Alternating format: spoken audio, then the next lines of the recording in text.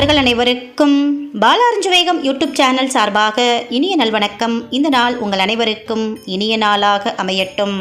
ஸ்ரீ மகாலட்சுமி தாயின் பொற்பாதங்கள் சரணம். ஆடி முதல் செவ்வாய் தீராத கடன் பிரச்சனை தீர பணத்தை ஈர்க்க பெண்கள் செய்ய வேண்டிய அற்புதமான மகாலட்சுமி தாயார் வழிபாடு. பெண்கள் தவறாமல் இதை செய்யுங்கள், செல்வ வளம் பெருகும். ஆடி மாத செவ்வாய்க்கிழமை அப்படின்றது கடன் பிரச்சனைகள் தீர்ந்து செல்வம் சேர்வதற்கு வழிபட வேண்டிய மிக முக்கியமான நாள். ஒருவருக்கு வலியுடன் கர்ம வினைகளை தரக்கூடியவர் செவ்வாய் பகவான். பூமி நிலம் இதுக்கு மட்டுமல்லாமல் கடனுக்கும் காரணமானவர் செவ்வாய் பகவான் தான். கடக மாதம் அப்படின்னு சொல்லக்கூடிய ஆடி மாதத்தில் குருவும் சந்திரனும் உச்சம் பெறும்போது சந்திரன் நீச்சமடைவார். இதனால் ஆடி மாத செவ்வாயில் கடன் அடைவதற்கான வழிபாட்டினை செய்வது மிகவும் சிறப்பாக சொல்லப்படுது. ஆடி மாதத்தில் அனைத்து தெய்வங்களுடைய சக்தியும் அம்பிகைக்குள் அடக்கம் அப்படின்றதுனால பெண் சக்தியான மகாலட்சுமியை இந்த நாளில் வழிபடுவது வீட்டில் செல்வம் சேர்ந்து கடன் தீருவதற்கான வழியை நமக்கு ஏற்படுத்தி கொடுக்கும். வீட்டில் உள்ள கடன் பிரச்சனைகள் தீர செல்வம் ஏதாவது ஒரு வகையில் நமக்கு வந்துட்டு இருக்கும். ஆடி மாதத்தில் வரக்கூடிய விசேஷங்கள் எவ்வளவு முக்கியமானதோ அதே மாதிரி ஆடி மாதத்தில் வரும் கிழமைகளும் சிறப்பு வாய்ந்தது. ஆடி வெள்ளி, ஆடி செவ்வாய், ஆடி ஞாயிறு இந்த கிழமைகள் மிகவுமே உயர்வான பலனை நமக்கு தரக்கூடியது. ஆடி மாதத்தில் வரக்கூடிய ஒவ்வொரு செவ்வாய்க்கிழமையிலும் செய்யப்படும் வழிபாடுகளும் ஒவ்வொரு விதமான பிரச்சனைகளை தீர்க்கக்கூடியது. அந்த வகையில் இந்த வருடம் ஜூலை மாதம் 21ஆம் தேதி வரக்கூடிய ஆடி முதல் செவ்வாய்க்கிழமை வழிபாடு கடன் பிரச்சனையை தீர்க்கக்கூடியதாகும். கடன் என்பது நாம் செலுத்த வேண்டிய தொகையாகவோ அல்லது நமக்கு வரவேண்டிய தொகையாகவோ இருக்கலாம். அடுத்ததா ஆடி முதல் செவ்வாயில் மகாலட்சுமி வழிபாடு எப்படி செய்யணும் அப்படின்றத பார்க்கலாம். கடன் தீரணும், பணம் வர வேண்டும் அப்படின்றதுனால ஆடி முதல் செவ்வாயில் மகாலட்சுமி தேவியை நாம வழிபடணும். இந்த வழிபாட்டை பெண்கள் செய்வது சிறப்பானது. மிகவும் எளிமையா வீட்டிலேயே செய்யக்கூடிய வழிபாட்டால வீட்டில் மகாலட்சுமியோட அருள் நிறைந்து பண வரவு இருந்துகிட்டே இருக்கும். வழக்கமா ஆடி வெள்ளியில் வழிபடுவதை போலவே வீட்டை சுத்தம் செய்து பூஜைகள் செய்துவிட்டு இந்த வழிபாடுகளை செய்வது மிகவும் சக்தி வாய்ந்த பலனை கொடுக்கும். ஆடி முதல் செவ்வாய் அன்னைக்கு நாம செய்ய வேண்டிய 2 விதமான வழிபாடுகள் பற்றி இங்க பார்க்கலாம். முதல்ல கடன் அடைவதற்கான வழிபாடு. முதல் வழிபாடு ஆடி முதல் செவ்வாய் அன்னைக்கு காலையில் ராகு காலம் யமகண்டம் இல்லாத நேரத்தில் வீட்டில் இருக்கக்கூடிய மகாலட்சுமி படத்துக்கு சந்தனம் குங்குமம் வைத்து அலங்காரம் செய்யணும். அப்போ ராகு காலம் யமகண்ட இல்லாத நேரங்கள் அப்படின்னு பார்த்தீங்கன்னா ஆடி செவ்வாய்க்கிழமை பார்த்தீங்கன்னா நீங்கள் பிரம்ம முகூர்த்த நேரத்தில் இந்த வழிபாட்டை கடைபிடிக்கலாம். முடியாதவர்கள் மாலை 6 மணிக்கு மேலே கூட இந்த வழிபாட்டை கடைபிடிச்சிக்கலாம். அந்த நாளில் வரக்கூடிய யமகண்ட நேரம் ராகு காலத்தை தவிர்த்தும் மற்ற நேரத்திலையும் இந்த வழிபாடு நீங்கள் செஞ்சுக்கலாம். முதல்ல பார்த்தீங்கன்னா உங்கள் வீட்டில் இருக்கக்கூடிய மகாலட்சுமி படத்துக்கு சந்தனம் குங்குமம் வைத்து அலங்காரம் செய்யணும். அதுக்கப்புறமா தட்டில் 3 கிண்ணங்கள் எடுத்து வச்சுருங்க.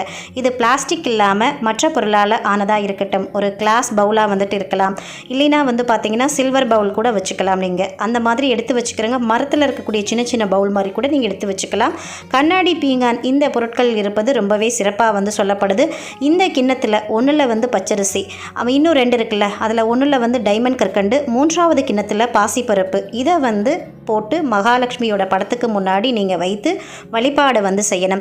இந்த மாதிரி ஏற்பாடு செய்து நீங்கள் காலையிலேயே வைத்து வழிபாடு செஞ்சுருங்க. மாலை நேரத்தில், அதாவது செவ்வாய்க்கிழமை மாலை இந்த பொருட்களை எடுத்து அதை வச்சு கற்கண்டு பொங்கல் செய்து மகாலட்சுமிக்கு படைத்து வீட்டில் இருக்கிறவங்களுக்கும் மற்றவர்களுக்கும் அதை பிரசாதமாக கொடுக்கணும். அடுத்ததாக மகாலட்சுமி தாயாரை மகிழ வைக்கக்கூடிய ஒரு வழிபாடு பற்றி பார்க்கலாம். பக்கத்தில் இருக்கிற கோவிலுக்கு இதை எடுத்துகிட்டு போயிட்டு அங்கே இருக்கிறவங்களுக்கும் இந்த கற்கண்டு பொங்கல் பிரசாதத்தை கொடுக்கலாம். குறிப்பாக பார்த்தீங்கன்னா குழந்தைகள், அதுலேயும் குறிப்பாக பெண் குழந்தைகளுக்கு இந்த பிரசாதத்தை அதிகமாக கொடுக்கறது சிறப்பு. இதனால் நீங்கள் தரக்கூடிய பிரசாதத்தை அந்த மகாலட்சுமி தாயாரை பெற்றுக்கொண்டதா ஐதீகமாக சொல்லப்படுது.